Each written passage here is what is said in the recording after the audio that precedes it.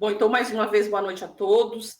Sejam muito bem-vindos ao 11º encontro do Grupo de Estudos em Língua de Sinais Brasileira, o GELES, aqui na Universidade Federal do Sul da Bahia. Eu fiz questão de frisar o 11º, porque parece que a gente iniciou há pouco tempo, e olha para vocês verem já, 11 encontros.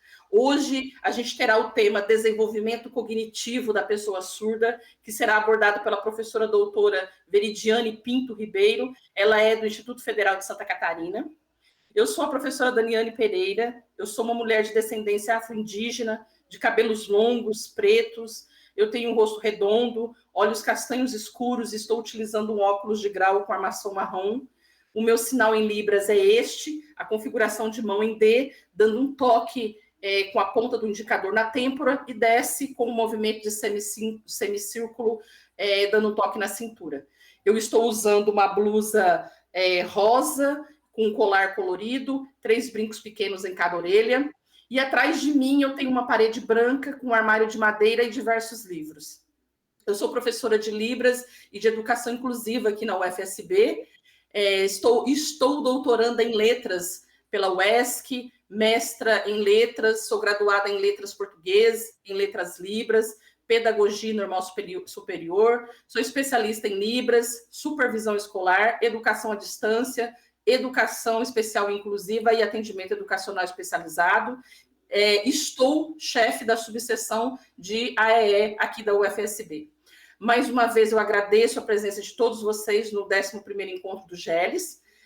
A gente sempre diz que é através do GELES que a gente almeja congregar professores e acadêmicos da área de letras e educação, tradutores, intérpretes, pessoas surdas e não surdas e demais interessados em refletir e discutir sobre os aspectos que envolvem a língua de sinais. Assim como diz também o artigo 14, do Decreto 5626, quando ele fala sobre a questão das instituições federais de ensino, garantir obrigatoriamente às pessoas surdas o acesso à comunicação, à informação e à educação, ele vai falar também sobre a questão do uso e difusão da língua de sinais. Eu agradeço desde já também a presença das tradutoras e intérpretes de Libras, língua portuguesa, a Maria Leidiane Rodrigues Pereira Reis, da Unimontes, a Lenia Aparecida Rabelo da Silva Mendes, da Unimontes, e a Raimires Costa Rocha, da Secretaria Municipal de Educação de Brumado. A gente lembra que esse evento vai ser gravado e a cópia do vídeo fica disponível no canal do YouTube Observatório Inclusivo UFSB. A gente pede que vocês se inscrevam no canal, ativem o sininho das notificações para receber um alerta assim que a gente colocar algum conteúdo novo e não esqueça de deixar seu like, tá? Durante esse encontro, a gente pede também que vocês possam contribuir, participar das discussões, escrevendo no chat, e nesse caso, coloquem por gentileza a hashtag GELES no início da postagem, ou levantem a mãozinha aí para poder também participar de forma oral, tá? A gente tem aqui também pessoas surdas participando, e também é só abrir a câmera, que a gente tem as intérpretes de Libras também para fazer essa comunicação entre todos nós. A gente lembra que até o final do evento nós também vamos disponibilizar um link para registro da frequência, tá bom? E eu solicito, por gentileza, que com exceção da palestrante convidada e dos intérpretes de Libras, que a gente deixe os áudios e as câmeras desligados para maior visualização das tradutoras e intérpretes de Libras língua portuguesa por parte das pessoas surdas que estão aqui no evento, devido essa questão da plataforma Google Meet. Se a gente deixar fechado as câmeras e os áudios, eles têm mais facilidade para conseguir visualizar os intérpretes. Bom, e para a gente dar início, então, ao nosso 11º encontro do GELES, eu vou convidar a professora doutora Veridiane Pinto Ribeiro, do Instituto Federal de Santa Catarina. Ela é doutora em Estudos da Tradução pela UFSC, ela é mestra em Educação pela Univale, especialista em Libras, Língua Portuguesa, Educação Bilíngue para Surdos pelo IPE, especialista em Educação Especial pela FAP, licenciada em Pedagogia pela Uniaselv, licenciada em Letras Português pela FAFPAR. Ela atuou como coordenadora do NAPNE, o Núcleo de Atendimento às Pessoas com Necessidades Específicas, no Instituto Federal de Santa Catarina, no Polo Jaraguá do Sul, entre 2017 e 2019. É um setor que trabalha para garantir os direitos à acessibilidade das pessoas com deficiência no espaço escolar. Atualmente, ela faz parte do quadro permanente de servidores públicos federais, como professora do ensino básico, técnico e tecnológico na disciplina de Libras, no Instituto Federal de Santa Catarina, no campus Palhoça Bilíngue. Ela participa do grupo de pesquisa Link Cognite. Eu falo Link Cognite, mas tem um termo aí, a leitura em inglês é mais bonita, né? Do CNPq e do grupo NEPS, o Núcleo de Estudos e Pesquisas em Educação de Surdos, também pelo CNPq. Como pesquisadora colaboradora com pesquisas na área da linguística cognitiva, com foco na língua corporificada, na educação de surdos e tradução e interpretação de língua de sinais. A professora Veridiane abordará o tema desenvolvimento cognitivo da pessoa surda. Professora, seja muito bem-vinda mais uma vez ao UFSB e fique à vontade. Oi, eu que agradeço o convite. Vocês estão me ouvindo bem, né, Daniele? Tá? O volume tá legal, tá bom? Tá tudo certinho? Tudo certinho, eu esqueci que você já não está nos vendo. Joinha. Eu tô com a tela aberta aqui, né? Eu não vejo. Valeu, obrigada. Então, gente, boa noite, obrigada pelo convite. Nossa, uma alegria poder estar aqui, vivendo esse momento com vocês e podendo trazer um pouquinho do que eu tenho de experiência e também levar um pouquinho da experiência desse grupo que está tão avançado aí nesses estudos, buscando conhecimento e compartilhando conhecimento, publicando, buscando formação, né? Isso é muito gostoso, a gente está no meio de um grupo assim, né? Com os nossos pares, assim, de pessoas empolgadas e comprometidas, envolvidas, né? Então, estou bem feliz de poder estar aqui. É uma honra para mim, agradeço demais o convite, tá? E espero que eu possa contribuir um pouquinho aí, compartilhar um pouquinho do que eu tenho pesquisado, do que eu tenho estudado, né?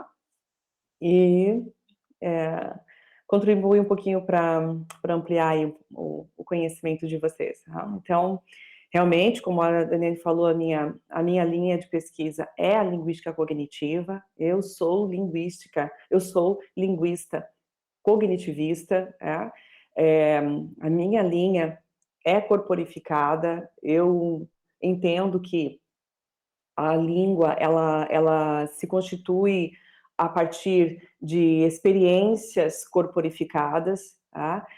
De forma imagética, e são essas experiências corporificadas e significativas que constroem essa linguagem, né?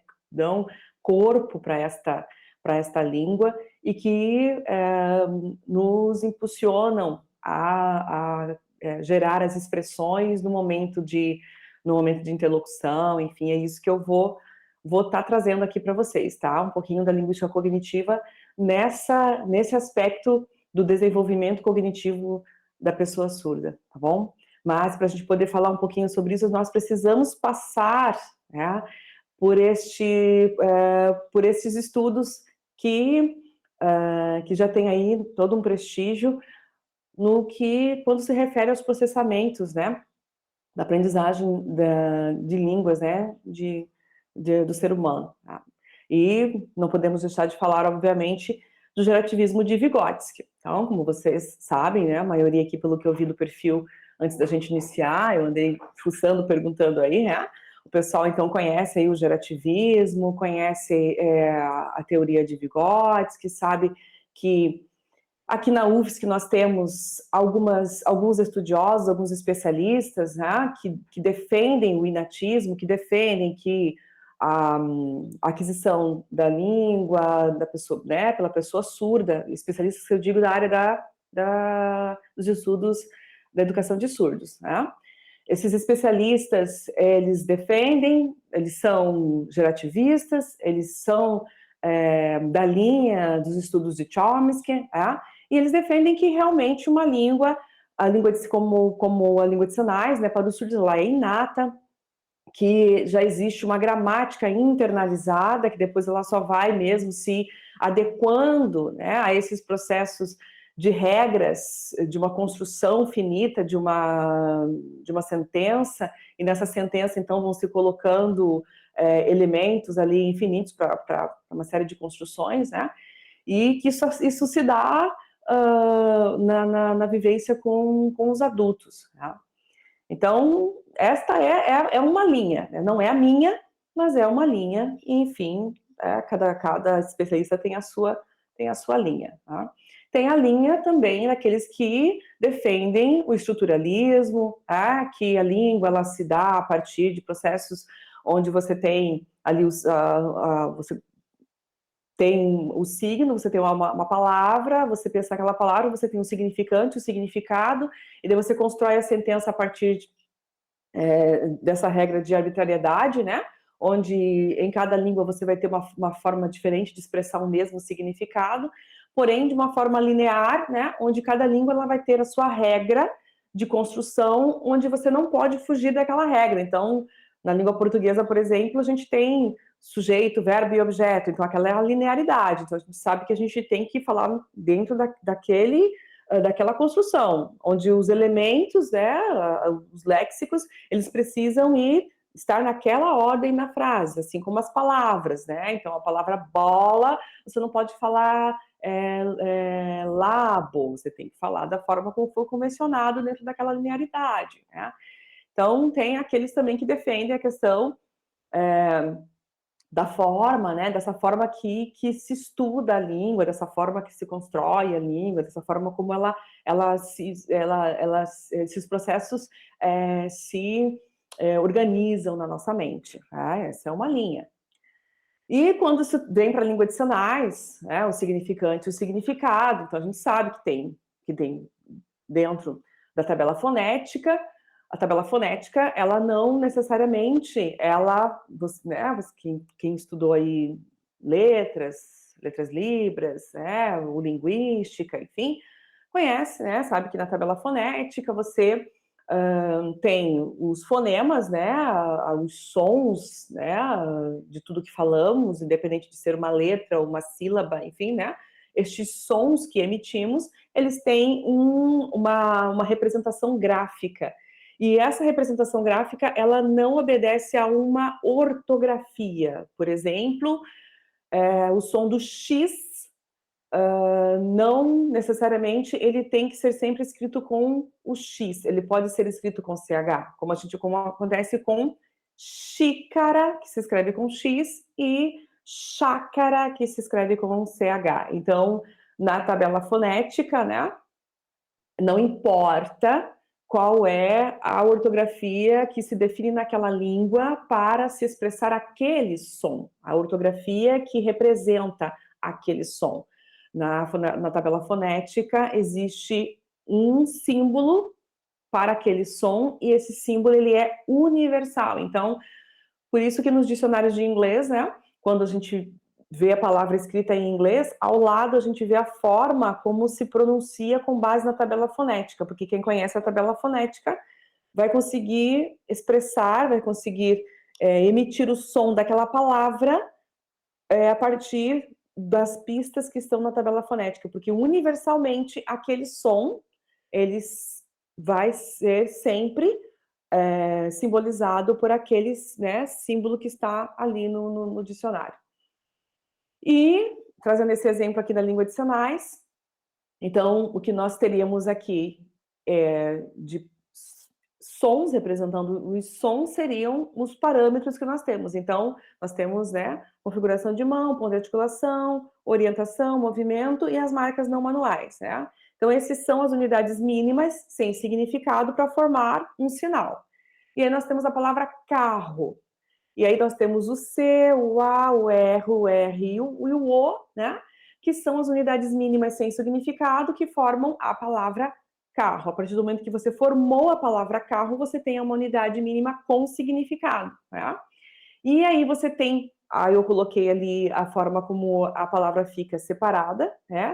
Quando a gente faz separação em sílabas, e a sua forma simbólica dentro da tabela fonética. Então, no significante e no significado, nós teríamos o significante que seria, a partir do momento que você escuta a palavra carro, você visualiza a palavra, você visualiza, né?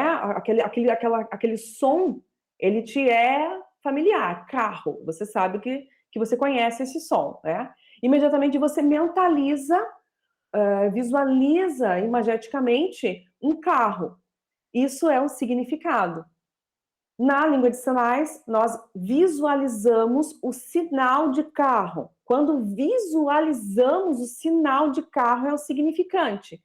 Quando mentalizamos imageticamente o carro, o tipo do carro, aquele carro que vem na nossa mente, é o significado. O significante, ele vai ser o mesmo para todas as pessoas, vai ser esse sinal. Isso, claro, obviamente, se não tendo, né, questão de levando em conta a questão do regionalismo, né?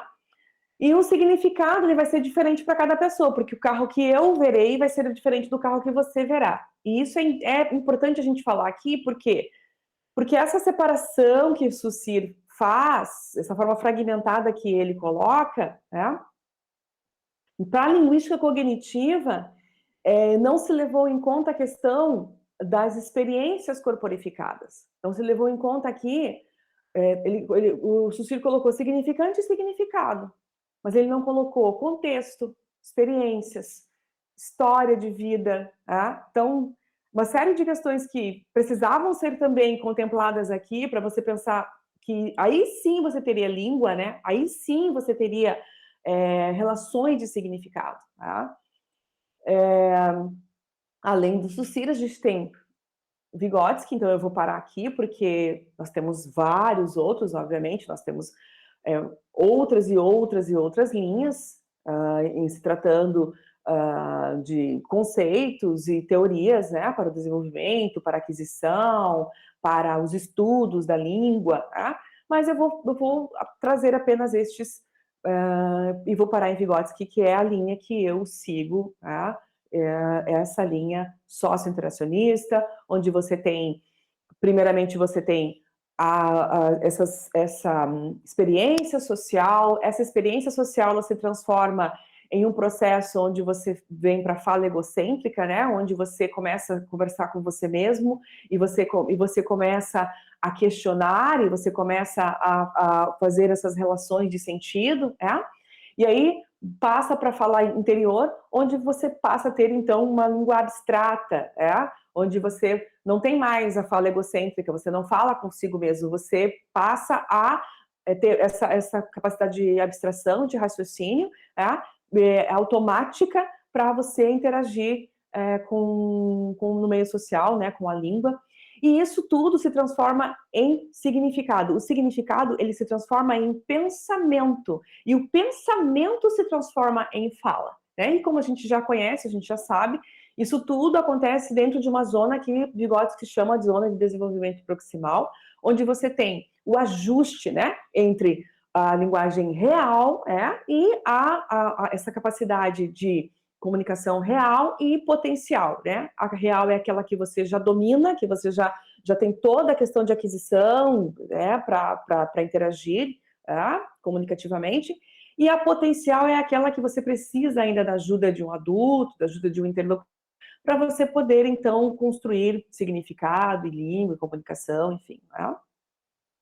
E tudo isso acontecendo de uma forma que Vygotsky traz que, quando isso acontece na fase da infância, no período de desenvolvimento, de aquisição da fala, isso precisa levar em conta que tem que ser com base e prioritariamente, não apenas, mas prioritariamente, de forma lúdica. Então, você tem que pensar que você está tratando com crianças, né? Você está lidando com crianças. Então, as crianças, elas vivem nesse mundo imaginário, nesse mundo da fantasia. Então, sempre que a gente fala assim, que a gente, quando vai trabalhar com criança, você precisa descer, né, para ficar na altura da criança, mas não é somente numa questão de tamanho, Mas isso é metafórico, é para dizer que você desce, né, você se abaixa para ficar na mesma altura da criança, de uma forma metafórica, ou seja, você vai falar na mesma língua que ela entende, você vai se aproximar daquilo que a criança tem afinidade para compreender, né? Tanto que quando a gente vai falar com a criança, a gente tem que escolher as palavras, né, para que ela possa compreender e interagir conosco. E a língua mais próxima da criança é essa língua que é a língua lúdica, a ludicidade, né? E ele defende que o momento do conto, o momento da contação de histórias é frutífero, é o momento primordial, é o momento onde mais se tem ricas interações de construção de conhecimento e de imaginação e de criatividade. Vygotsky defende que uma criança que não tem um incentivo de ludicidade, de brincadeira na infância, de uma forma bastante estimulante, isso pode provocar lacunas na vida adulta. Ele pode se tornar um adulto com dificuldade de criatividade.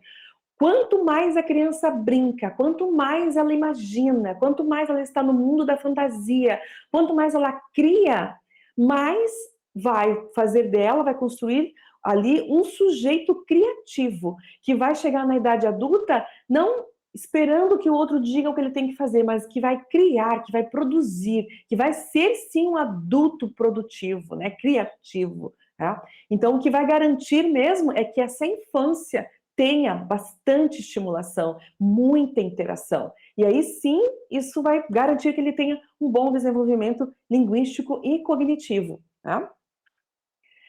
E tudo isso, trazendo tudo isso, nós trazemos sim um significante, um significado, mas trazendo a questão do contexto, completando com a questão do contexto para você ter ali, então, relações de significado, porque uma palavra, ela não se faz sentido sozinha, ela não faz sentido sozinha, ela tem toda uma questão de contexto, toda uma questão de polissemia, tá? Então, por exemplo, aqui eu trago esse exemplo, gosto muito desse exemplo do Fernando e da Priscila, que quando eles trazem essa lâmpada, né, e eles explicam que você tem, então, aí você tem uma lâmpada, dentro da lâmpada você tem uma plantinha, tá? Então, o seu significante é o quê? Você tem a palavra lâmpada e a palavra planta. Então, você tem ali o teu significante. Falou ou sinalizou planta, imediatamente o significante já te veio, já te é familiar. Lâmpada, imediatamente, seja sinalizado ou vocalizado, você já vem à mente, já te é familiar naquela língua. Tá? E o significado, quando você tem um significado dentro de um contexto, levando em conta toda essa polissemia, né? Você tem a planta dentro da lâmpada, então você sabe que a lâmpada, ela, dentro dessas vivências, dessa cultura, na cultura, né, por exemplo, na cultura brasileira, quando você tem uma boa ideia, te vem uma luz na mente. E a lâmpada, ela simboliza essa luz da ideia, né? Então, pá, tive uma ideia, pá, vem uma luz. E a lâmpada simboliza. E a planta, ela simboliza essa questão do meio ambiente, da preservação. Então, quando você vê este signo que aqui está, que é uma planta dentro de uma lâmpada, você vai construir um significado que é saber que preservar o meio ambiente é uma boa ideia. Então, não dá para a gente ser estruturalista a ponto de pensar que uma palavra ela é um significante, um significado. Ela é muito mais do que isso, porque ela não está sozinha. E a linguística cognitiva, ela traz isso. Ela quer chamar atenção para quando você pensa a língua, né, as expressões dos léxicos, dos termos, sejam em sinais ou vocalizando, você não tem só isso, você tem muito mais, é muito mais complexo que isso, né? Por isso que quando a gente vai trabalhar com surdos, trabalhar com língua de sinais, a gente vai interpretar, a gente vai uma formação, né, de curso de língua de sinais, algo assim, jamais a gente pode aprender vocabulário, porque vocabulário não é língua. Vocabulário é dicionário. Você quer vocabulário, você consulta o dicionário, você não precisa fazer um curso, né? Então você consulta um dicionário. Você quer fazer um curso de Libras? Então você faz um curso de língua e não de vocabulário, tá? Então, assim, de tudo isso, o que a gente já sabe, que eu vou passar rapidamente aqui, só para a gente recordar, tá? Então, o que a gente já sabe sobre a questão do desenvolvimento linguístico cognitivo da criança surda, que a gente está ouvindo isso desde a década de 90, que tem publicações várias, né? A Strobel fala disso, a Ronice fala disso, né? A, a, a, a Stumpf, né? A Karen Strobel, né? Acho que a Karen é o sinal dela, acho que é aqui, né? A, a Marianne Stumpf, eu acho que o sinal dela é aqui. A Ronice é aqui, né? Se não me falha a memória, aqui eu acho, ou para cá, se fizer para trás ou para frente, não me lembro bem agora.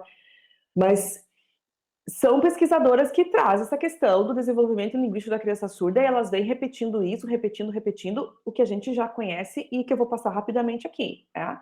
Então, a gente já sabe que a aquisição da linguagem, ela acontece no período pré-linguístico, aí, né, com balbucio. Então, a gente já sabe, o período pré-linguístico, ele vai ter o balbucio, né? Vai ser ali, né, até os 6 meses, por ali e tal, né, 1 ano e tal. Aí depois ele começa o período linguístico, que você tem ali, né, mais ou menos 1 ano, você tem ali uma palavra, né, um sinal e tal. Aí vem o estágio das primeiras combinações, ali mais ou menos aos 2 anos, né, e das múltiplas combinações aos 3 anos, né, que as pesquisas trazem, né, que afirmam que um nativo de 3 anos, ele é mais fluente que um adulto que está estudando uma segunda língua, né, há 3 anos, tá? Para ver como essa questão de você estar embutido, né, na cultura, na língua, é importante.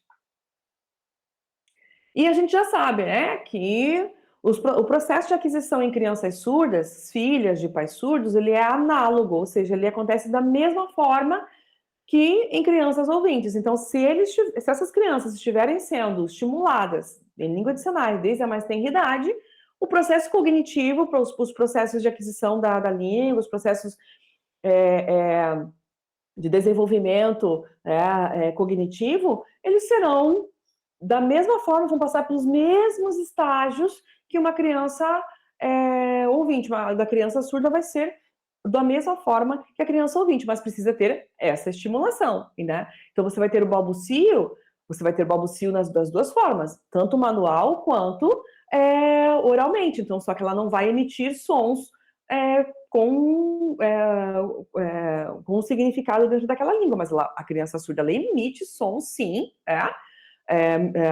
quando bebê, e ela vai usar, né, a sua comunicação manual também. Ela vai fazer sinais não, mas gestos, ela vai fazer essa comunicação manual também, tá?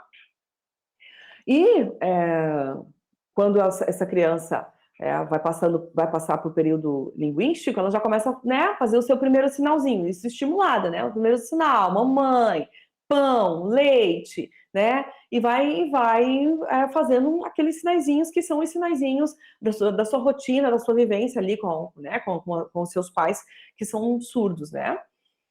E depois ela começa ali aos 2 anos, começa a construir então as pequenas frases, obviamente tendo aqueles errinhos, né, aqueles errinhos de concordância, da mesma forma que uma criança, igualmente uma criança ouvinte, até que ela começa a ter essas explosões, tá? Mas mesmo nesse estágio, né, de múltiplas combinações aos 3 anos, quando ela já começa sinalizar, né, ali construindo já sentenças, enfim, ela vai fazer o que a gente chama de supergeneralização, que é o quê? Por exemplo, uma criança ouvinte, ela vê um passarinho que tem penas, né? Um passarinho tem penas. E daí ela chama de passarinho. Quando ela vê uma galinha, ela vai chamar de passarinho. Quando ela vê um pato, ela vai chamar de passarinho, porque para ela tem pena, então ela tem, isso é super generalização, tudo que tiver pena, ela vai chamar de passarinho, porque ela tem esse entendimento. A criança surda, a mesma coisa. Tem 4 patas, né? Um animal, por exemplo, um animal que anda em 4 patas. Aí ela vê o cachorro, que anda ali, né, nas 4 patas. O cachorro anda nas 4 patas. Ela vê o gato. E daí ela faz o sinal de cachorro. Ah, o cachorro, porque ela tá vendo que ele anda nas 4 patas. Aí ela vê o gato. Aí ela vai fazer o sinal de cachorro, porque tá andando nas 4 patas. Aí ela vê o cavalo. Aí ela vai fazer o sinal de cachorro, porque ela tá vendo que tá andando nas 4 patas. Então, essas super generalizações acontecem tanto com crianças ouvintes quanto com crianças surdas. E ó, isso é natural. E depois as crianças, obviamente, vão fazendo as categorizações, né? E isso a gente conhece, está ali, né, nas literaturas que a gente estuda, lá no Letras Livres e tal, que a gente já sabe. Tá, mas e daí? O que acontece? Tá? Isso a gente já sabe, legal, já conhecemos isso aqui, e daí o que acontece? Tá? Como é que estão esses estímulos, tá? Então, a gente tem as crianças surdas, tem as crianças ouvintes. Então, a gente sabe que com a criança surda, a criança ouvinte, a gente vai dizer, né? Ah, gato. Ah, mostra o gato, vai fazer para a criança, gato. Né? Ah, a criança vai olhar, vai dizer, ah, gato, vai imitar. Né? Ah, a criança surda, né? A criança surda, você faz o sinal de gato, e aí você mostra o gatinho, faz o sinal, tá. Obviamente, né, que se essa criança for surda, você vai falar gato e ela não vai entender porque não está sendo estimulada na língua de sinais, tá? E tudo isso, gente, é muito importante a gente dizer também, eu gosto muito dessa pesquisa aqui do Fábio Rocha, onde ele mostra esses estudos, né? Também a gente já conhece, sabe, que a língua de sinais ela tem o mesmo status das línguas orais, ela se processa no hemisfério esquerdo, assim como as línguas orais, né? Mas eu gosto muito desse estudo, onde ele traz a questão dos parâmetros, né? Comparando essas áreas aqui de Broca e de Wernicke. Então, nós sabemos que os linguistas que descobriram, né, todos esses estudos envolvendo o processamento da linguagem foram esses dois aqui, né? O Broca e o Wernicke, né? Esses estudiosos aqui que estão os nomes aqui e, obviamente, como sempre acontece, como eles encontraram essas áreas foram dadas, então, foram dados, então, os nomes deles. Então, a área de Broca e a área de Wernicke. E o que é interessante nos estudos envolvendo a língua de sinais, que eu gosto muito, quando eles mostram onde estão os parâmetros dentro dessas áreas de Broca e Wernicke. Tá? Então, várias áreas dentro do nosso cérebro ali vão se relacionando, né? Cada pedacinho é responsável por um processo na língua, tá? E esses processos, eles se relacionam para formar, então, um significado, né? Formar ali as expressões, né? Na comunicação e tal. E acho muito interessante que nesse lado aqui, por exemplo, no lado direito, tá? Então a gente tem ali o leãozinho, né, que tá ali, né, comendo ali e tal, né, o bichinho que tá ali do lado, tá ali deitado e tal, ele tá com aquela cara, né, feroz ali e tal, né, devorando a sua presa ali e tal, tá? E ao lado a gente tem, ao lado esquerdo, né, a gente tem também essa zona de Broca e Wernicke mostrando onde é que estão esses processos dentro dos parâmetros da língua de sinais? Então, aquilo que a gente tem como aspecto auditivo, né? E aí, esses aspectos auditivos, eles são ativados pelo significante, né? Pelo som das palavras, e daí vem o significado da nossa mente. Nós, do lado esquerdo aqui, é mostrado que é ativado pelos parâmetros. Então, quando a gente vê esses parâmetros, vê os sinais, e esses parâmetros se relacionando, a gente identifica, então, os significados. Né? Então, comer, né, o leão aqui, comer, ali, né, o bichinho tá tudo acontecendo, e aí ele bravo, né, feroz, comendo e tal. Então, todos esses parâmetros acontecendo no mesmo lado do cérebro, e ele identificou onde é que tudo isso acontece. Né? Isso eu acho muito interessante. Digo isso assim porque muitas vezes existem muitas pessoas que acreditam que a língua de sinais não é língua porque ela é gesto, ela é uma substituição, ela está ali fazendo o trabalho de tentar se comunicar, já que a pessoa surda não tem a oralidade, né? Então, inclusive, a gente sabe, né, que até bem pouco tempo, os estudiosos das línguas, né, dos processamentos computacionais, né, linguísticos, eles defendiam que a língua de sinais ela não se processava no lado do hemisfério esquerdo do cérebro, onde se processam as línguas orais, e sim no hemisfério direito, que é responsável nossos processamentos motores. Porque como a gente se comunica, né, a língua de sinais ela é uma língua que se expressa a partir das habilidades corporificadas, né? Os especialistas, muitos especialistas defendiam que era o lado direito do cérebro responsável pelo processamento da língua de sinais. Isso inferiorizava a língua de sinais.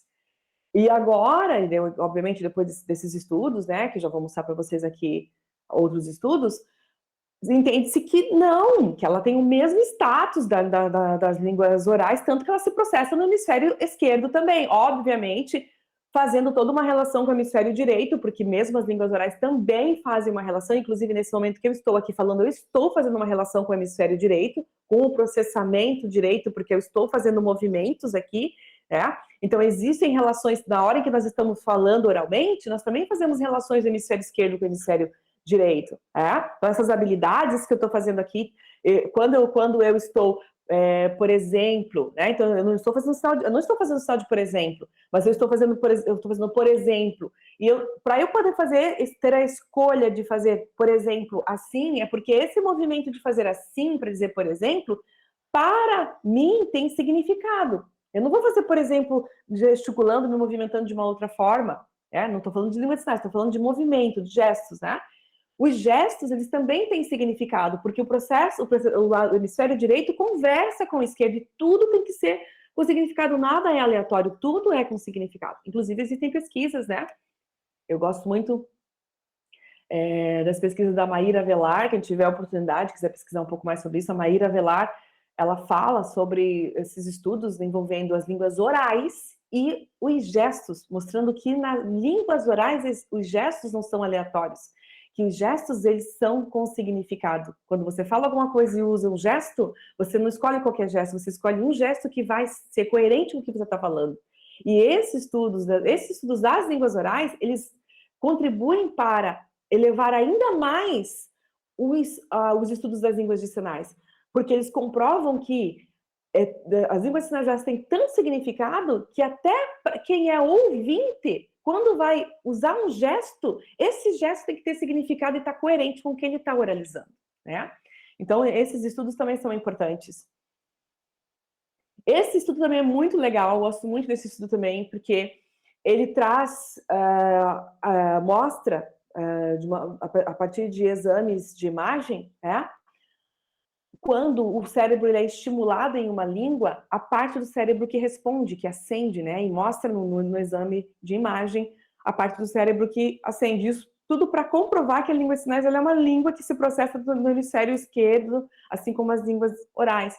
Então, uma pessoa que ela é ouvinte, não sinalizante, e ela recebe um estímulo, né? Na língua inglesa, no inglês, numa língua oral, né? Ela recebe um estímulo e ela não sinaliza, ela não conhece nada de língua de sinais. Observe que o hemisfério esquerdo do cérebro ele acende, tá mais escuro ali, onde acendeu, né? O ouvinte, que é sinalizante nativo, ele também, ele é ouvinte, mas ele sinaliza. Então, o hemisfério esquerdo também ali, né? Acende ali também. Agora, o surdo, que é sinalizante nativo, não tem essa mesma área respondendo ali. Tá? Não tem a área do hemisfério esquerdo respondendo ali. Aí a gente vem para estimulação em língua de sinais. Agora, a estimulação em língua de sinais. A estimulação em língua de sinais, ela demonstra que o ouvinte que não sinaliza, ele vê a sinalização e o exame demonstra que o hemisfério esquerdo dele não recebe nenhuma informação, nem o esquerdo nem o direito, não é estimulado, não consegue ter uma resposta. O ouvinte que ele é sinalizante e ele é nativo, ele é ouvinte, mas ele é sinalizante. ele está sendo estimulado em língua de sinais. A mesma área do cérebro responsável pelo responder os estímulos em línguas orais acendem quando o ouvinte recebe estímulo em língua de sinais, tá? Ou seja, no mesmo espaço. Tá? O surdo que recebe esse estímulo, observe que a mesma parte do cérebro, tá? Onde respondeu lá no ouvinte, também respondeu no surdo quando foi estimulado em língua de sinais. E também a parte do cérebro responsável pelo processamento das habilidades corporificadas, motoras. Tá? Por quê? Porque ele vai usar a língua de sinais para se expressar. Tá? Para se expressar. Tá? Então, esse estudo também é muito interessante, ele eleva também esse status, né, da língua de sinais. Então, Klima e Belug, que são esses dois aqui, esses dois idosozinhos simpáticos, eles demonstraram que quando pessoas, por algum motivo, elas sofrem alguma lesão, né, no hemisfério esquerdo, sejam essas pessoas surdas ou ouvintes, se elas sofrerem alguma lesão, elas têm dificuldade para compreensão e para expressão da linguagem. Não importa se ela é surda ou ela é ouvinte, ela vai sofrer de afasia. Por quê? Porque aquela parte do cérebro que é responsável. Tá? Então, eles conseguiram comprovar que as pessoas, eles são estudiosos americanos, né? Ouvintes, Eduardo Klima, e Úrsula Belug, também muito conhecidos por nós, né? Por quem estudou letras libras, por quem estudou o processamento e aquisição da linguagem, né? Eles são citados aí praticamente quase todos os estudos aí que envolvem a questão da aquisição da linguagem das pessoas surdas. Eles não estudam só sobre pessoas surdas, eles estudam também sobre desenvolvimento de outras pessoas com outras deficiências, né? Com deficiência, né? Porque desde 2021 as pessoas surdas não são mais, né? Não estão mais na categoria da educação especial, né? Então, eles são estudiosos e eles demonstraram, eles conseguiram comprovar, né? Eles fizeram pesquisas desde 1993, tá, gente? 93, quer dizer, gente, tem aí 20 anos já, e ainda assim nós temos pessoas que duvidam muitas vezes, tá? Que acham que a língua de sinais é gesto e tal, e a gente tem que ficar explicando, mostrando, comprovando e tal, tá? Mas nós temos muitas e muitas pesquisas aí por N estudiosos renomados, né, trazendo isso pra gente, tá? Tá, tudo isso a gente já sabe, a gente estudou, né, papapá, mas o que a gente ainda precisa se aprofundar, saber um pouquinho mais, conhecer, né, sobre o desenvolvimento linguístico e cognitivo da criança surda, tá? Dos problemas, nós precisamos saber, então, qual é o problema? O que está acontecendo? Então, por quê que nós vamos na escola interpretar? Ou nós recebemos muitas vezes alunos no ensino médio, até no ensino superior. Pessoas surdas de todas as idades, né, muitas vezes, que não têm uma língua de sinais fluente, né, principalmente as crianças, que não conseguem articular ou não conseguem compreender, né? Quando recebem uma pessoa que está fluente em língua de sinais, elas não acontece. O que está acontecendo? Né? A gente chega para uma criança de 5, 6, 7 anos, 8 anos, 10 anos, e essas crianças não têm fluência na língua de sinais. Muitas vezes têm contato com uma pessoa fluente e precisam ficar se perguntando o que está falando. Tá? O que está acontecendo, gente? O que está acontecendo?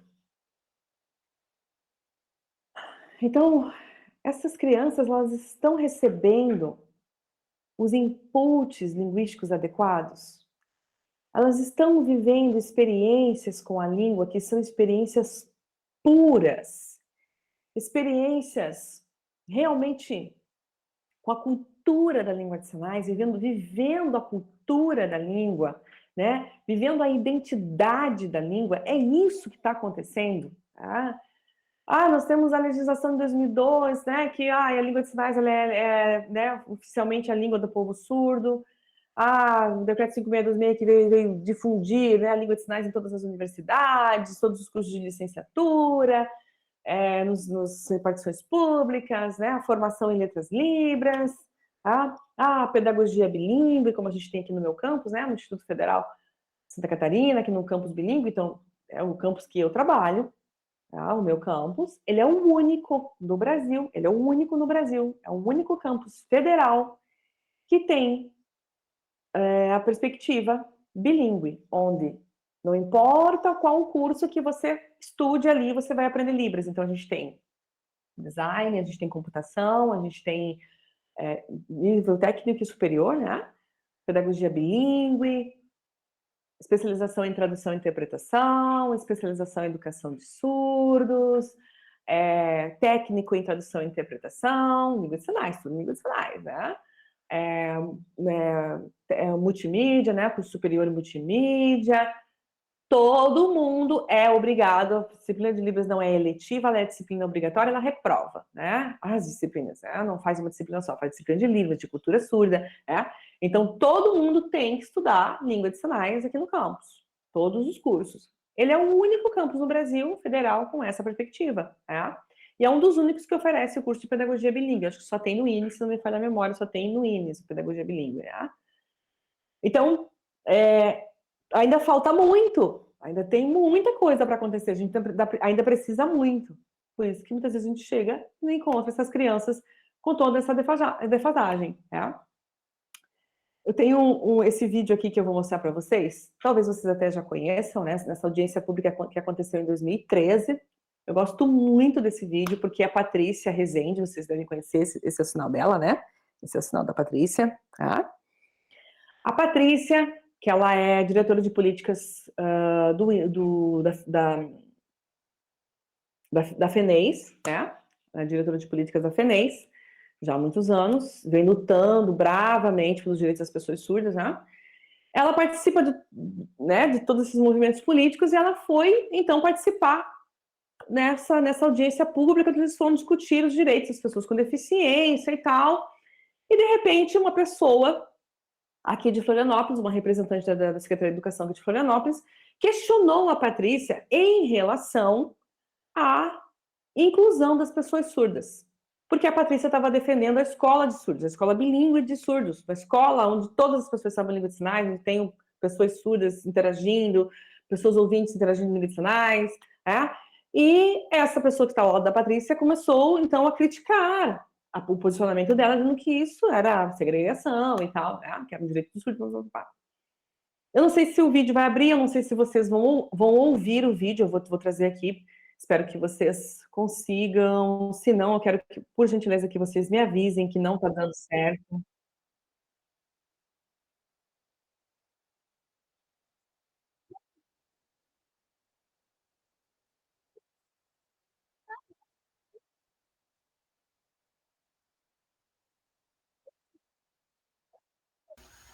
Você já está no vídeo? Já estou com o vídeo, não está passando? Não, para a gente está aparecendo a primeira tela o primeiro slide. Ai, meu Deus. Então, peraí. Eu acho que você pode parar de compartilhar o slide e compartilhar a sua tela se você abriu no YouTube. Você abriu o YouTube? Isso, agora foi. Isso, é uma habilidade que eu não tenho. Peraí, como é que é o negócio? Você está com o vídeo aberto no YouTube? Tá, ele tá aberto aqui. Daí, tá. Aí agora ele tá rodando. Mas ele está rodando no YouTube, seu ou no slide? Tá, então eu tenho que... Peraí, então eu acho que eu tenho que compartilhar a minha tela. Vamos lá. Vai dar tudo certo. Ai. Vamos lá. Né? Vamos ver aqui. Tá. Aqui. Isso. Aí. Agora vamos ver se vai sair o som. Vamos fazer um outro teste do som agora. De outros países, quando a gente tem uma experiência maravilhosa no Brasil. Por que não citam Florianópolis? Aí Florianópolis é outra realidade, é uma exceção. Tá saindo o som? Tá sim. Ah, que maravilha. Não, é uma rede que é convicta no direito à educação de todos. Se essa casa tem dificuldade de colocar um intérprete, de barrar a entrada de pessoas com deficiência, de colocar acessibilidade por falta de convivência com as pessoas com deficiência, por falta dessa convivência. Me desculpe a professora Patrícia, o ensino de Libras é fundamental para quem opta por esse meio de comunicação. Os surdos que estão aqui não representam os surdos de todo o Brasil. A oralização não representam. Eu tenho pais, eu tenho alunos que optam pela oralização. E na educação inclusiva, a oralização também é um meio de comunicação. Para terminar, Não é secretária Rosângela. admissível. Secretária Rosângela, para concluir, por gentileza. Nós vamos chegar no Brasil, e disso eu tenho a certeza, onde a escola vai ser de todos, onde a escolarização vai ser feita nos espaços comuns, mesmo os casos ditos mais comprometidos. Essa é a minha luta. Sou pesquisadora, defendo questões conceituais, mas tenho a experiência, o direito à educação. Os pais que estão aqui também não representam todos os pais. Falem dos exemplos. A inclusão começou com pais de países nórdicos que defenderam o direito à educação. Não falem mal da escola regular. Senhora Rosângela, está encerrado o seu tempo. Por gentileza. Por gentileza. Vou encerrar, senhor presidente, com uma frase vou encerrar. Pois não. Queremos quitar, por favor, senhor, queremos quitar, por favor, senhor, encerrando, senhor presidente, queremos quitar, saldar a dívida social para com quem nasceu dentro de uma família, de uma nação, e nós colocamos fora. A escola regular está aberta, independente do grau de comprometimento. Muito obrigado, senhora. Muito obrigado.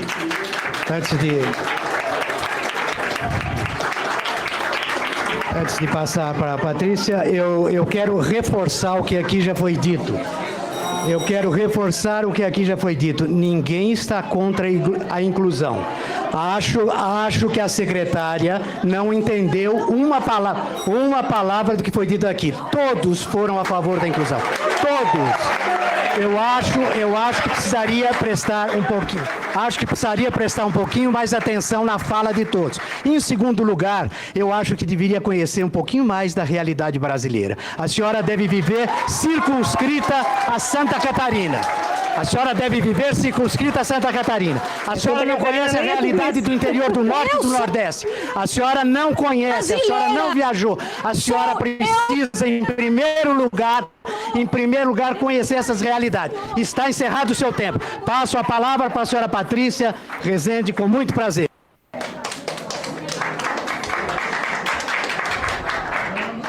Parte 1. Vai conseguir falar.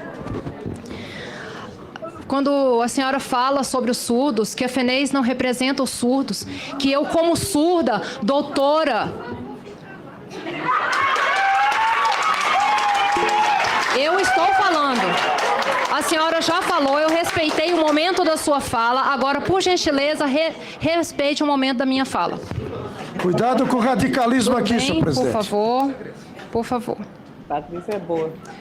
Eu estou muito emocionada, mas negativamente, porque é uma gestora pública que despreza os surdos. Eu sou doutora em educação, eu sou professora universitária, eu fiz o meu mestrado na UFSC, eu conheço a realidade de Florianópolis e eu sei o tanto que os surdos reclamam.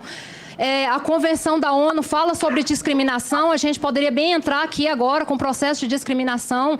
Então, não existe o direito nesse espaço para se falar que eu não represento os surdos, porque a língua de sinais não é importante, que as crianças precisam aprender a língua de sinais, mas com intérpretes em sala de aula e num AE reduzido.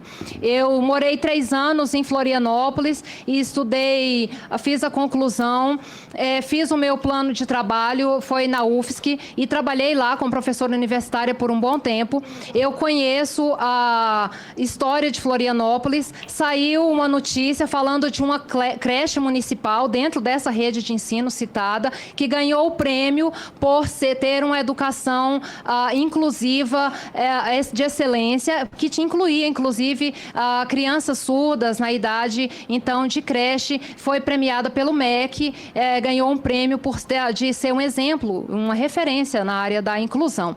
Eu vi aquilo no jornal e senti vontade de visitar aquela escola, e eu cheguei naquela escola e é a creche municipal de Florianópolis, é uma das creches, tem 2 anos, foi em 2011 que eu cheguei a essa creche, e eu perguntei, cadê a criança surda? Aí disseram, é uma criancinha de 2 anos, ela tá ali. E quando eu cheguei, aquela criança estava perdida naquele espaço, todo mundo falando, a criança sem ouvir nada, obviamente, olhando para as bocas, se mexendo, e eu procurei onde estava o professor surdo que estaria ensinando Libras. E era um professor ouvinte que não sabia direito Libras e ensinava sinais soltos, não contava histórias, não contava piadas, não tinha um ambiente de surdo sinalizando para que a criança internalizasse, como a criança ouvinte internaliza um ambiente de conversas, e todos estavam conversando com um bebê surdo, apenas uma criança de 2 anos, perdendo o seu tempo, isolada, sem o convívio, e a escola tinha ganhado um prêmio por ser uma referência, foi premiada pelo MEC por ser uma referência de inclusão. E eu pergunto aos senhores, assim essa criança estava aprendendo alguma coisa? Não, ela estava solta naquele ambiente, perdida, seguindo uma filosofia inclusivista. Eu conheço a realidade de Florianópolis e para os surdos não é assim, da forma como os ouvintes veem. Eu tenho visto, como eu vi nessa creche, a creche ganhou um prêmio do Ministério da Educação e eu vi essa criança sozinha, eu fui na secretaria, única criança, sou um professor, e eu fiquei imaginando isso. Florianópolis é uma capital, eu fiquei imaginando os municípios, eu fiquei imaginando a realidade brasileira. A senhora me desculpe, eu tenho contato com professores surdos que estão dentro da realidade da inclusão e que são desprezados, que são humilhados pelos professores no atendimento em especializado, não podem desenvolver o seu trabalho porque o tempo é reduzido e não podem nem ensinar Libras como deveria. Eu já respondi e eu só quero dizer para a senhora que faltou o respeito à população surda de cerca de 9 milhões de pessoas, as quais eu represento, e o senhor presidente da CBDS. A senhora, de fato, nos discriminou e faltou respeito, e isso já deixou provado que, de fato, o poder público tem discriminado. Se a senhora age assim nesse espaço, imagine nas escolas e nos outros espaços como deve ser a sua atitude. Em segundo lugar, eu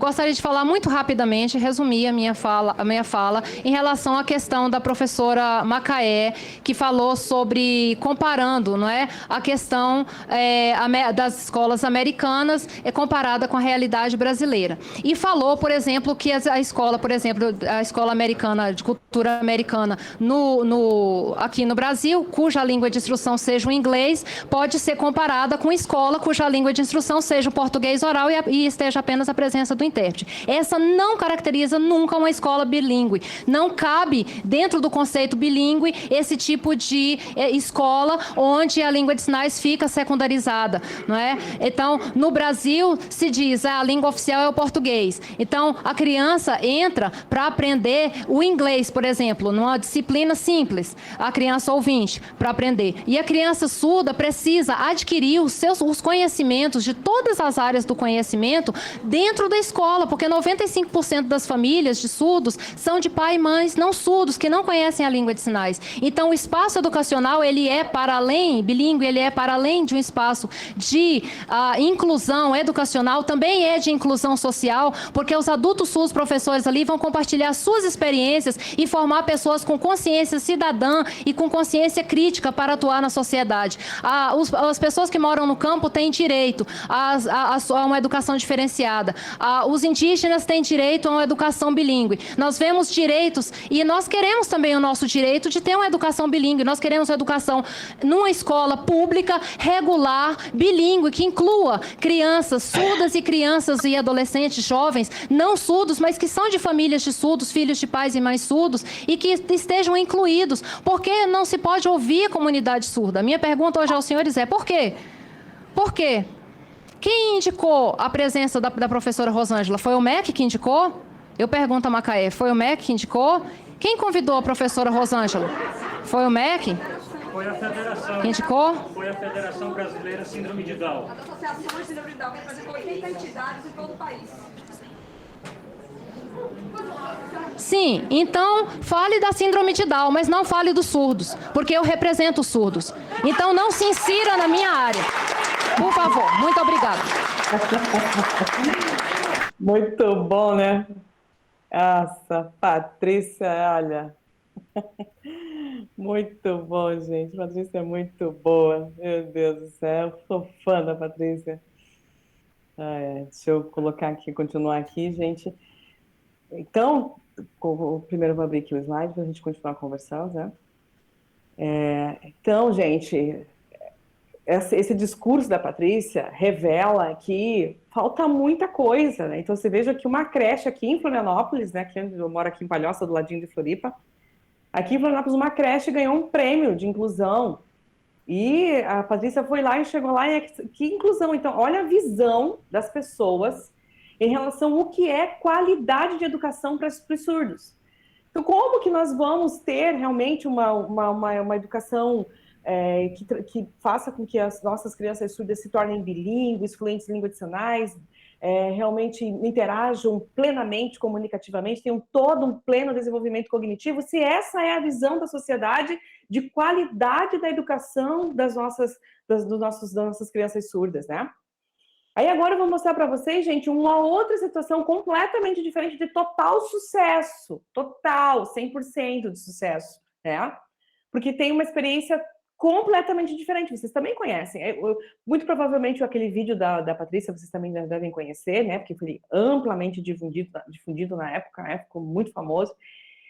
E a Fiorella, vocês devem conhecer também, ela é famosérrima, ela é uma celebridade, né? Nossa, todo mundo adora, mega simpática, uma querida, né? Tem canal e tal. E eu só vou rapidamente mostrar para vocês aqui, compartilhar aqui com vocês. Eu acho que eu tenho que compartilhar de uma outra forma. Vem. Parar aqui.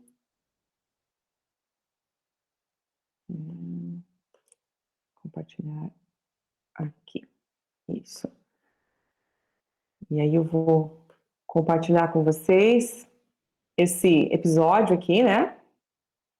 Em que ela foi defender os direitos dos surdos numa audiência. Onde está o vídeo? Está aqui o vídeo. Aqui. Acho que vocês devem estar conseguindo ver. Acho que não. Não, no YouTube não. No YouTube não pode, não dá para ver mais.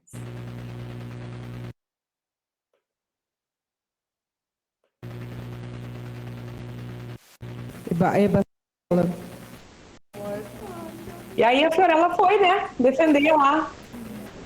Ai, que linda. Que fofa, né? Nada. Opa, peraí. Eu só queria tirar o som. É que tá muito chiado. Que bonitinha. Foi lá, defender. 4 anos, tá? Meu nome é esse. 4 anos. Fiorella, e o meu sinal é esse. Eu tenho 4 anos. A prefeitura precisa dar dinheiro para o Alfredo Dube. Não pode fechar o Alfredo Dube. Eu estou me enxergando. Se o Alfredo me fechar e não tiver dinheiro, como é que os surdos... Onde é que eles vão se encontrar? Onde é que eles vão ir? Precisa ter esse dinheiro, que aí o Alfredo Dube continua aberto, tá bom? Obrigada. Ai, meu Deus, vontade de... Que coisa mais linda, né? Ai, que vontade de apertar essa fofura, né? Então, gente, uma história de total ali é outra situação, né? Total sucesso, né? Total sucesso. Pra gente ver, assim, que realmente que a gente tem pessoas surdas que tem uma família de surdos que são estimuladas em língua de sinais desde a mais tenra idade, o resultado é isso. A gente tem uma criança de 4 anos que, como qualquer outra criança de 4 anos ouvinte, que também foi estimulada, né, na sua língua desde a mais tenra idade, vai ter também essa desenvoltura, né, esse senso crítico, vai ser questionadora, enfim, né? Então, isso precisa estar acontecendo, tá? Mas o que a gente precisa fazer? O que está faltando, então, para que essa criança surda possa aprender a língua portuguesa como uma segunda língua, né? O que é necessário? Obviamente, o que é necessário é que ela aprenda a língua de sinais como primeira língua, mas de forma significativa. Será que está sendo significativa essa língua de sinais? E eu não estou falando aqui, mas é porque não tem intérprete. Mas o próprio intérprete, esse intérprete que lá está, né? Porque muitas vezes dependendo da política da cidade, você não tem professor surdo na escola, mas você tem um intérprete, porque a lei, né, garante o direito da criança ter intérprete. A gente sabe que não é isso que a comunidade quer, né? A comunidade quer que, na educação infantil, as crianças tenham professor surdo para a construção da identidade surda, da língua e da cultura. E sejam acompanhados pelo intérprete a partir do 6º ano. E que ele tenha do 1º ao 5º ano professor bilíngue na alfabetização e só ter um intérprete a partir do 6º ano, né? Mas não é assim que acontece, infelizmente. Então, esse intérprete acaba tendo essa responsabilidade. Mas que língua é essa que esse intérprete está levando para essa criança surda, né? Como é que está sendo a experiência dessa criança surda? Está sendo uma experiência com a língua de sinais ou está sendo uma experiência com sinais? Eu sempre que eu estou com os meus alunos, e eu peço para que eles, né, expressem e tal, façam as atividades em língua de sinais e tal, eles começam a fazer os sinais e eu digo assim, olha só, eu sendo surda tentando entender o que você está falando, né? Eu não estou dizendo aqui, gente, que os intérpretes são todos assim. O que eu estou dizendo aqui é que muitas vezes essas crianças surdas, elas não têm uma experiência com a língua realmente significativa que faça com que ajude com que essa criança realmente se constitua sujeito de língua natural, de língua, cultura, identidade, né? Então, a gente tem que achar alguma coisa acontecendo. Porque o intérprete está com ela desde o 1º ano, né? Então, muitas vezes desde a educação infantil. Então, o que está acontecendo? Tá? E como eu já falei, né? Quando a gente vai para cursos de Libras, por exemplo, né? Quando a gente vai para um curso de inglês, o curso ele tem que ser de língua e não de vocabulário. Se a gente quer vocabulário, a gente consulta um dicionário, não precisa pagar um curso. Tá? Então, se você vai para um curso de Libras, você não vai aprender categorias. Então, você não vai lá para... hoje é aula de família. Sinal. Agora, vamos lá. Coloca as palavrinhas e transforma cada palavra num sinal. Papai, mamãe, filho, filha, tio, tia. Isso não é língua. Isso é vocabulário. Então, assim, você está ofertando um curso de vocabulário, então seja muito claro. Vá lá e na divulgação do curso você coloque curso de vocabulário em língua de sinais. Vocabulário da Libras. Agora, se você colocar curso de Libras, curso de língua de sinais, que seja um curso de língua inteira, né?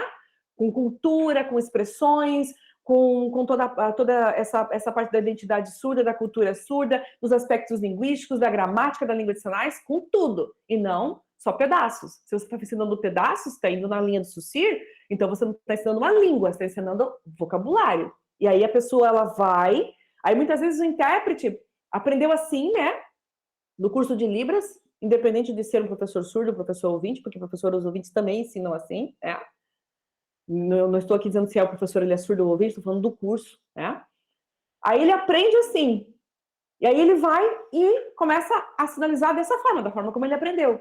E muitas vezes as próprias pessoas que ensinam dessa forma e veem, então, a pessoa sinalizando daquela forma, criticam.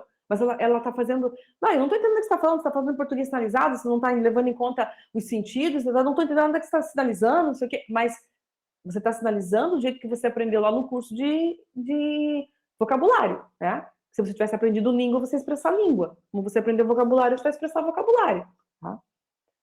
E isso tudo tem que levar em conta as marcas não manuais, que a gente já sabe, as expressões, né, tanto corporificadas quanto expressões faciais, a organização da língua, toda essa organização da língua de sinais, que a gente sabe que existe toda uma complexidade na organização, toda essa questão pronominal, a questão de deíticos, a questão de organização dos elementos no espaço, dos referentes, né?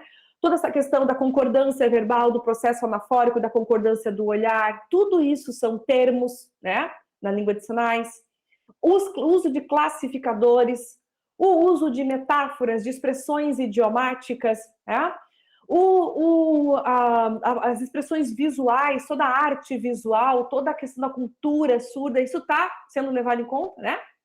Então, quer dizer que é isso. Então, tá certo, tudo certo. Então, agora entendi. Então, a gente tem que ter um curso, uma formação, uma interação com os surdos que contemple classificador, processo anafórico, metáfora, concordância, não sei o quê, blá, blá, blá, blá. Beleza, show, já entendi. É isso? Mais do que isso, né? É muito mais do que isso.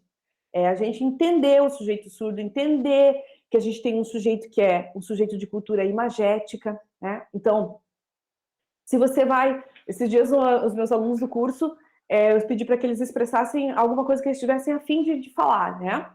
E aí, eles começaram a fazer português sinalizado. Da forma como vinha a construção na mente deles, eles começaram... Aí eu comecei a explicar para eles assim, gente, por que quando a gente fala que as pessoas... na língua de sinais, ela tem várias situações, uma organização diferente das línguas portuguesa, por exemplo... É porque a língua de sinais ela é imagética. E a forma como a língua de sinais ela se constrói na mente do sujeito surdo, ele vai estar expressando. Ele tem essa ordem que não é a ordem canônica da língua portuguesa. Ela é a ordem dessa expressão cognitiva, dessa organização imagética do surdo. E essa organização imagética não está equivocada. Ela está completamente coerente. O que acontece é que a nossa língua, o português, é que é diferente. Na língua portuguesa, por exemplo, né, falando especificamente da língua portuguesa, mas outras línguas também têm o mesmo fenômeno, né, mas especificamente em língua portuguesa, tem uma organização canônica, que a gente chama, onde a gente tem que dizer sujeito, verbo e objeto. Então, a gente diz assim, eu não vou à sua casa. A gente fala nessa ordem, eu não vou à sua casa. Na língua de sinais, a gente diz, eu e, né, casa é sua, não. E a negação fica no final. E aí os alunos ficam pensando assim, mas, prof, por que põe no final, né? Porque se você parar para pensar assim, eu disse para eles assim, eu sempre digo para eles assim, procurem pensar aqui comigo, é o seguinte, ó, eu vou dizer a seguinte frase e vocês tentam visualizar o que eu vou falar para vocês, né? Se eu disser assim, ó, eu como, e aí vocês ficam esperando que eu termine de dizer o que eu como para poder visualizar, né, para vir o significado. Por enquanto o significante está vindo, eu como, tá, beleza, de comer, tá, beleza, né? Mas come o quê? Eu não consegui, eu não vi, e não veio na minha mente ainda, porque eu não terminei de falar. Por quê? Mesmo eu já vi o que eu como, eu já vi na minha mente de interlocutor que vou expressar, eu já sei, porque primeiramente eu vi essa comida, para depois dizer para vocês, para depois dizer que eu como esta comida. Visualizei na minha mente a comida para depois dizer se eu vou cozinhar a comida, se eu vou fazer a comida, se eu vou vender a comida, comer essa comida, o que eu vou fazer com essa comida, né? Na língua de sinais, se eu digo assim, eu como banana, por exemplo, eu digo, banana eu comer. Porque na língua de sinais, essa construção, uma construção, por exemplo, de comer, tá? É uma construção que primeiro você visualiza a comida para depois você dizer o que você vai fazer.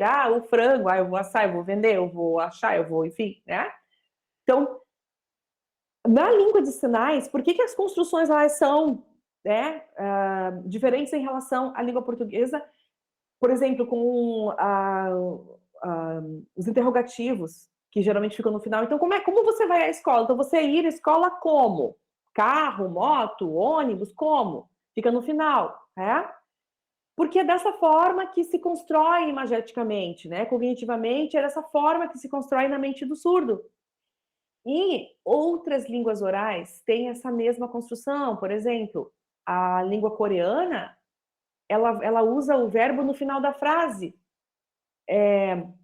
E não depois do sujeito, como no português. Então, a gente diz assim, eu como banana. Em negociação, a gente diz eu, banana, comer. No coreano também, a língua coreana também diz eu, banana, comer. Na língua coreana, primeiro você diz o sujeito, depois você diz o objeto e a ação, o que você vai fazer, né, com aquele objeto. Então, a língua coreana também é uma língua imagética, que se constrói a partir de processos, né, de uma ordem imagética. E nós precisamos compreender como é que isso tudo se organiza na mente do sujeito. Então, entender que existem processos cognitivos, onde você tem uma série de associações com entidades que se organizam em pequenas gavetas na mente. Essas gavetas, elas são, então, ativadas no momento do estímulo da linguagem. Então, entender disso, né? Então, se você tem, por exemplo, animais, como eu falei para vocês, tem a super generalização que as crianças fazem. Depois elas vão entendendo que você tem animais.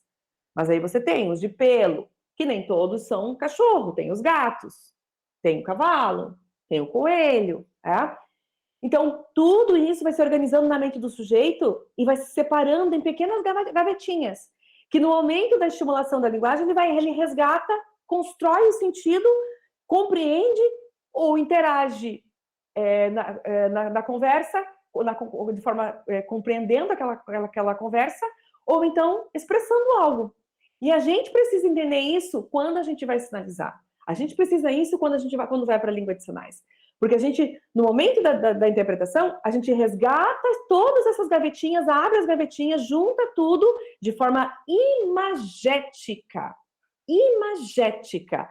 E nunca na construção da língua portuguesa, de forma imagética. Essas gavetinhas são abertas, porque assim, eu sempre digo para os meus alunos o seguinte, quando você for sinalizar, quando você for se comunicar em língua de sinais, retire os seus olhos de ouvinte. Tire os olhos de ouvinte, tire.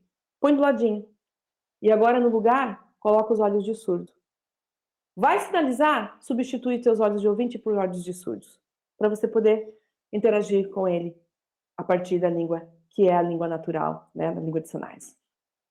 E esses inputs, gente, eles acontecem a partir da percepção, da atenção, da memória, Então, tudo isso acontece de que forma? Corporificada.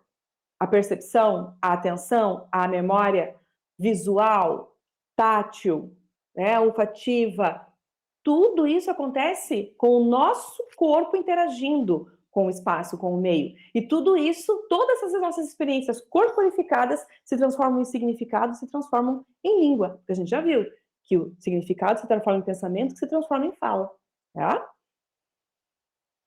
E a gramática de construções viso-corporificada, que é a gramática que eu defendo, estou finalizando já, tá, gente? Chegando no final. Ela é uma gramática que defende que as línguas, elas não são apenas visoespaciais, como a gente já viu em várias literaturas, né? A língua de sinais é uma língua visoespacial. Não, ela não é uma língua só visoespacial. Ela é uma língua viso-corpórea-espacial. Por quê? Porque ela se constrói a partir de experiências corporificadas. Então, quando as pessoas surdas, né, juntamente na comunidade ouvinte, na comunidade surda, né, com ouvintes também na comunidade surda, criam um sinal, esse sinal ele tem uma motivação. Essa motivação ela é sempre corporificada. Sempre.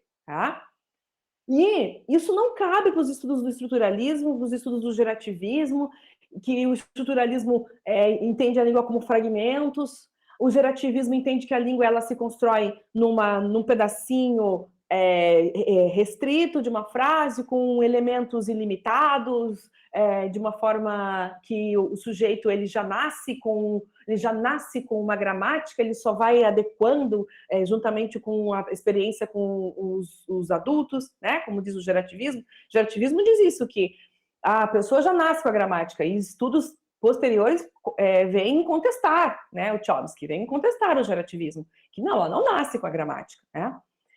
E esses estudos, eles realmente não atendem aos apelos de questões que elas são imagéticas, como na língua de sinais, e de cultura visual.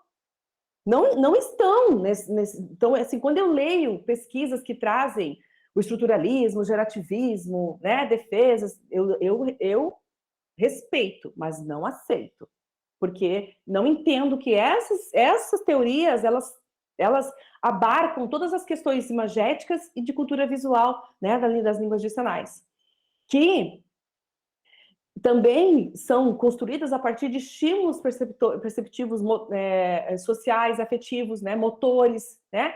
Então, visualmente, olfativamente, tátil, né? De todo o corpo ancorado, né? De todos os aspectos que estão ao redor, né?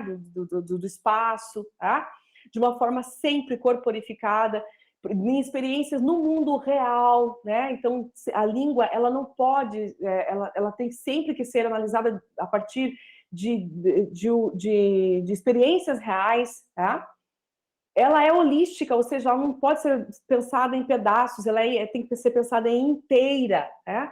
E nesses estudos, esses estudos também contemplam a questão da simulação semântica, que é algo que, por exemplo, nós, intérpretes, fazemos quando ouvimos, compreendemos, construímos e então passamos.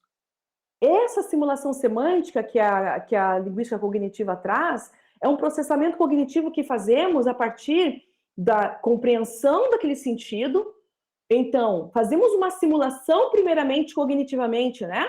Do que vamos expressar. Essa simulação se constrói na mente e depois ela sai em forma de fala, né? Seja oral ou seja em língua de sinais. E eu trago na gramática de construções corporificadas 11 elementos que não estão relacionados aos elementos da gramática da língua portuguesa, porque eu defendo o seguinte, gente, que se a gente fica falando, a língua portuguesa, as línguas orais, elas são línguas de modalidade diferente das línguas de sinais. As línguas orais, elas são de modalidade oral auditiva. Elas são modalidade diferente. E as línguas de sinais, elas são da modalidade visoespacial, né? Então, são línguas de modalidade diferentes. Vamos fazer, então, o estudo da gramática dessas duas línguas? Ah, beleza, então vamos pegar a gramática das línguas orais e vamos usar como parâmetro para os estudos das línguas de sinais. Então, você fica o tempo todo dizendo que são línguas de modalidades diferentes, mas você usa a gramática da língua oral para estudar as línguas de sinais? Não dá, né, gente?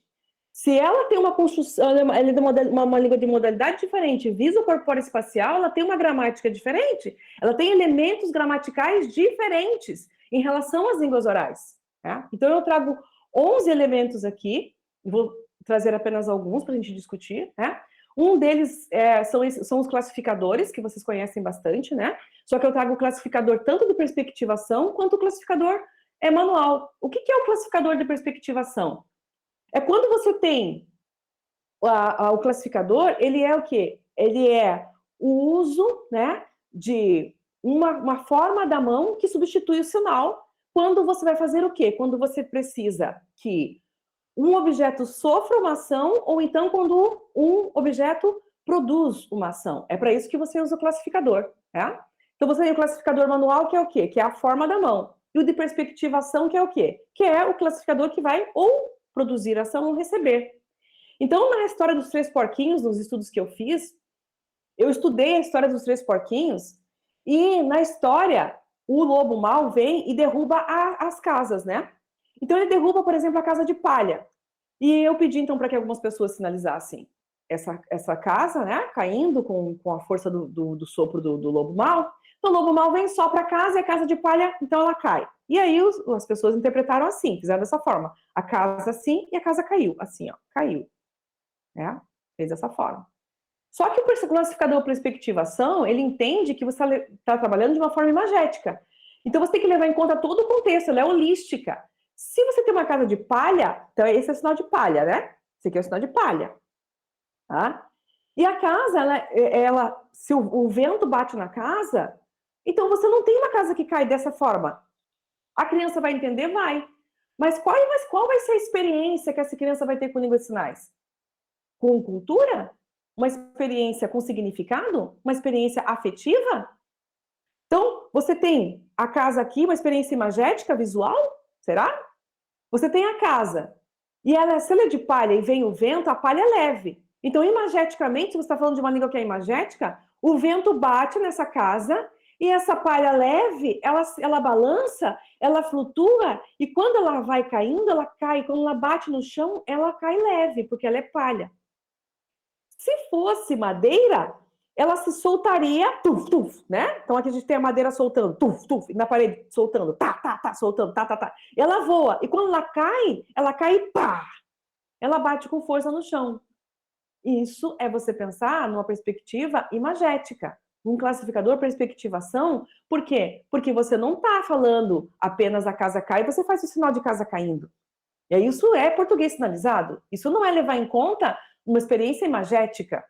Então, você está fazendo isso para a criança surda, é o que ela está aprendendo. E aí, essa língua é aquela língua dura, que não faz com que essa criança desenvolva toda uma gama de imaginação, criatividade, toda uma gama de construção visual, corporificada, não, né?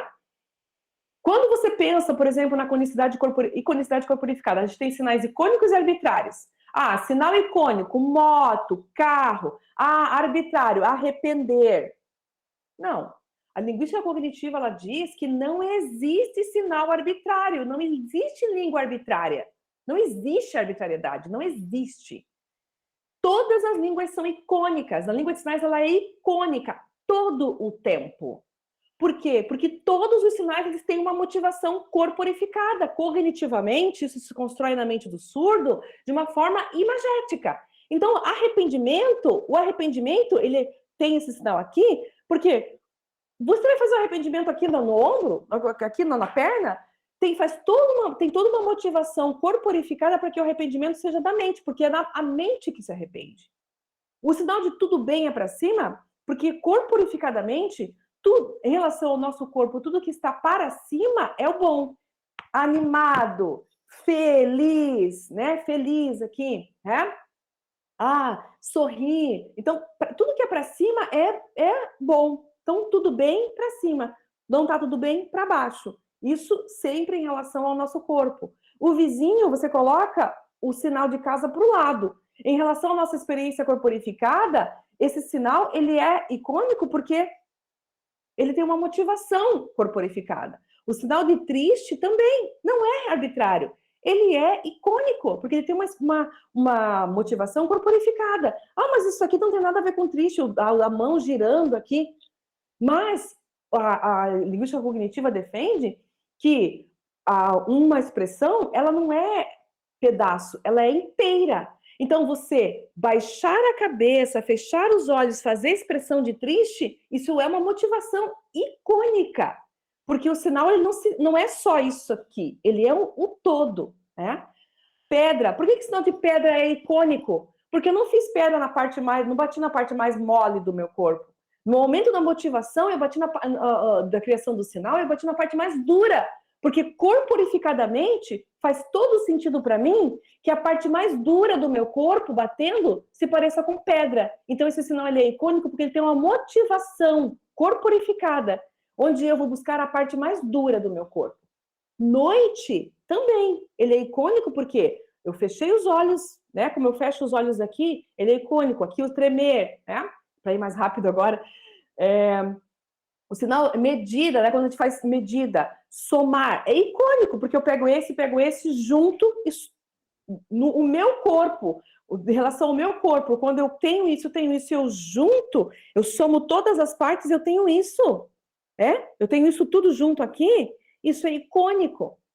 Em relação ao meu corpo, o que é grande, o que é pequeno, em relação ao meu corpo, se isso é pequeno, assim pequeno, em relação à motivação da minha experiência corporificada em relação ao meu corpo, diminuindo assim é pequeno. Isso é icônico. Tá? A mesma coisa o uso de figura fundo. Nós usamos muito isso na língua de sinais e chamamos de outras coisas e não chamamos daquilo que é imagético, que é visual. Então, você, na história, por exemplo, do João e do pé de feijão, o João sobe a árvore e sobe na mesa e passa na frente do gigante, né? O gigante está lá dormindo em cima da mesa e o João passa. Quando o João passa, nessa primeira imagem que a gente está vendo esse zoom de dupla perspectiva. Por quê? Porque a gente vê duas cenas. O gigante e o João passando em cima da mesa. Isso aqui é a mesa, não é meu braço, isso aqui é a mesa. E o gigante ali em cima e o João passando. E depois a gente vê na outra imagem o zoom, quando a gente tem a proeminência da imagem, da forma, da expressão de como o João está passando. Então, ele sai daqui, ele pega aqui o João que está aqui, ele incorpora, ele faz o zoom, e aí isso é uma construção gramatical. Isso é uma construção que faz parte da sintaxe da língua de sinais, faz parte da gramática da língua de sinais. Isso é um recurso linguístico. Não é mímica, não é pantomima, isso é língua. Isso é um recurso linguístico, são elementos linguísticos ali, que é chamado de figura fundo de proeminência, quando a gente usa esse recurso linguístico.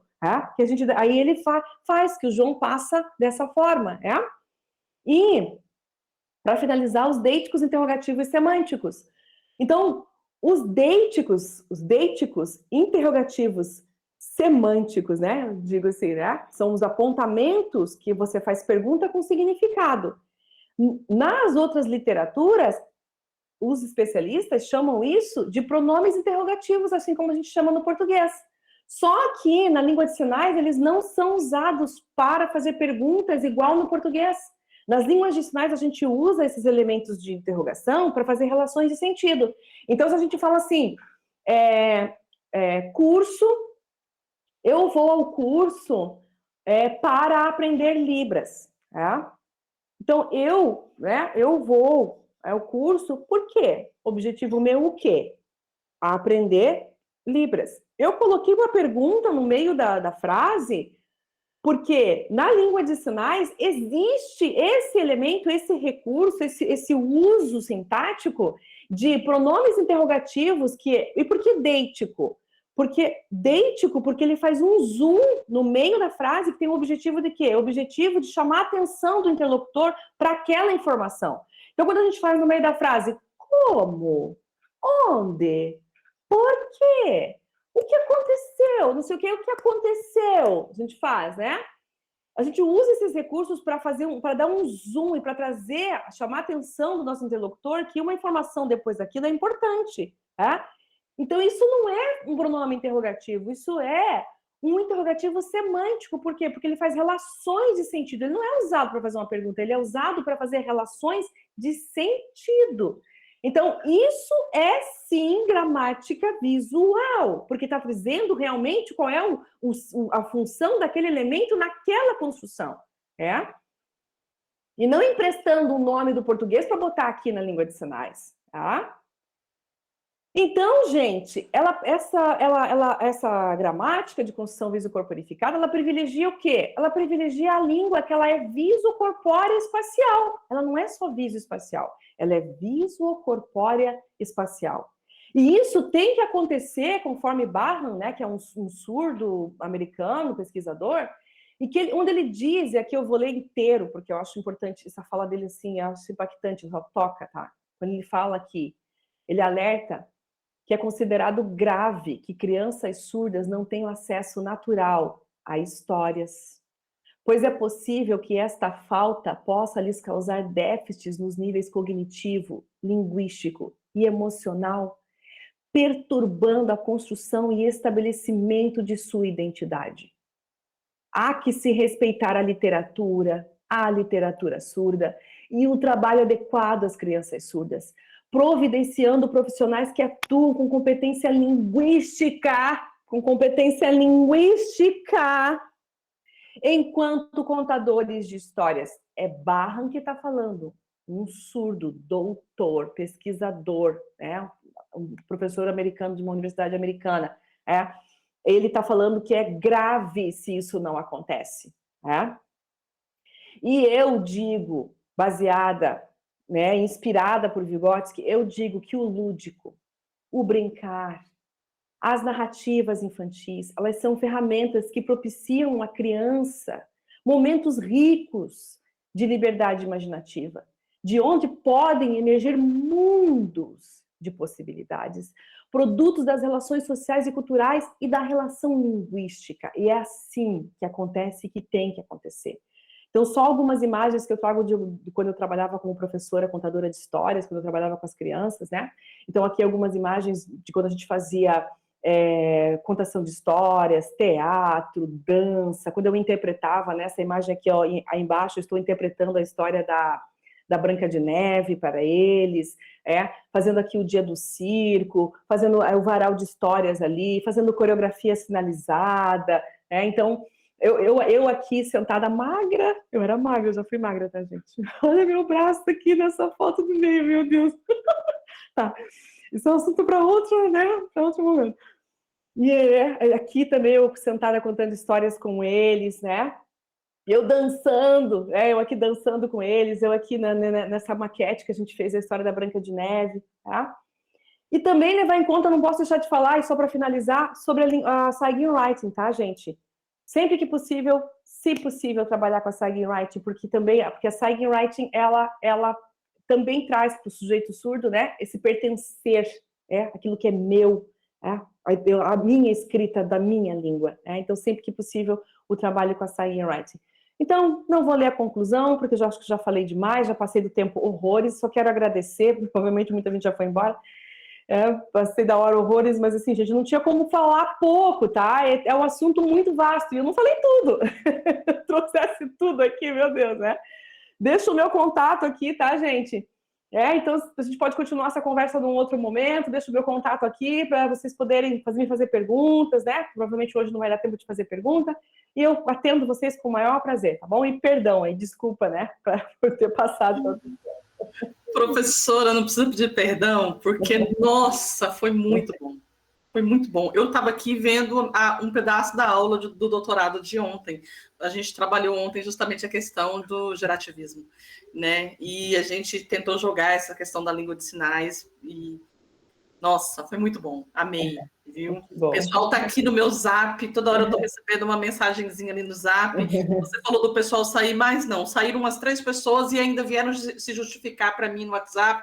Umas porque estão trabalhando, alguma questão, mas... Acho que foram só 3 pessoas que saíram, o restante do pessoal está todo aqui, sim. Tá? Foi muito bom. Como a senhora mesmo disse, a gente não vai conseguir hoje colocar o pessoal para fazer perguntas, sabe?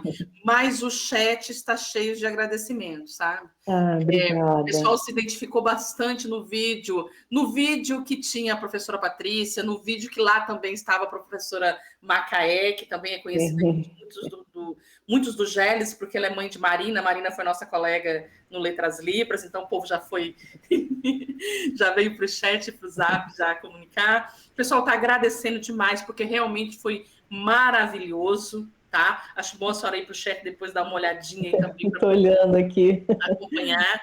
Foi muito bom. A maioria, na verdade, nem colocou... Gilza já está ali, que era o bis.